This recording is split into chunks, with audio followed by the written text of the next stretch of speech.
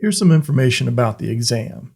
To sit for the exam, really you only need one thing. You need to have $300 or $150 if you're sitting for the beta exam. Now I will say if you don't have the proper preparation, all you're going to come away with is $300 poorer and you're not going to have a certification because the exam is really difficult. So AWS does recommend that you have a Certified Solutions Architect Associate certification or the experience, and also that you have some hands-on experience. However, they don't have these as hard requirements to register for the exam. But this is one of the most difficult and most challenging exams in all of IT. So if you think you can just go in without thoroughly preparing, then you're in for a very bad experience. It's a multiple choice exam, pick the best answer, as well as multiple answer, pick 2 of 8, for example. Now you get no partial credit for questions. So if a question says choose 3, if you choose 2 that are correct and 1 that is incorrect, then you're still not going to get any credit for the whole question. Now you can flag questions and go back within the time limit, but you get no points for any unanswered question. So it's to your benefit to go ahead and put an answer in, even though you're unsure of that answer. The score of the exam is somewhere between 100 and 1,000, with a minimum passing score of 750. And certain scaled scoring models are used to account for differences in difficulty across different exams. Now in October 2018, AWS announced an updated blueprint to the CSA Pro exam.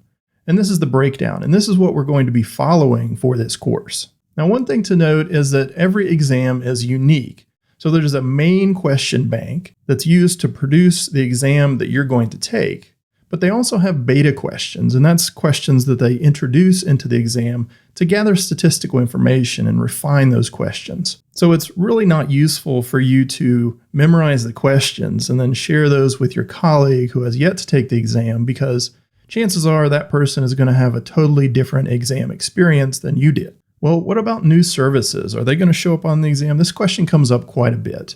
AWS has an internal rule that says that new products or services have to be generally available for at least 6 months before appearing on a certification exam.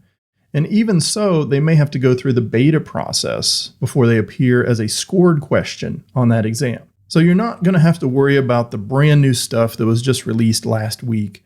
Really, you're looking for stuff that's been around for probably a year or so. Additionally, special accommodations can be requested when you schedule an exam. For example, if English is a second language for you, you can request an accommodation to give you a little bit of extra time because the questions are so wordy and verbose. And secondly, if you have a medical or physical need, you can request an accommodation for that, such as a screen magnifier or a trackball, for example.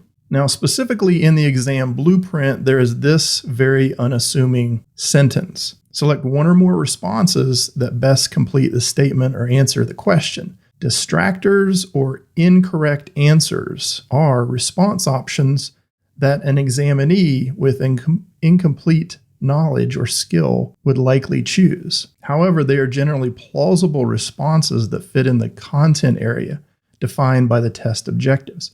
Well, what's this really mean? The translation is that AWS is going to try to trick you.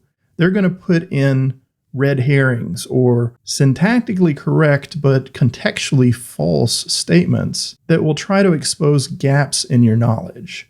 So this is one of the things you're going to have to look out for in the exam. And through this course, I'm going to point out some tips and tricks of how to navigate around this eventuality.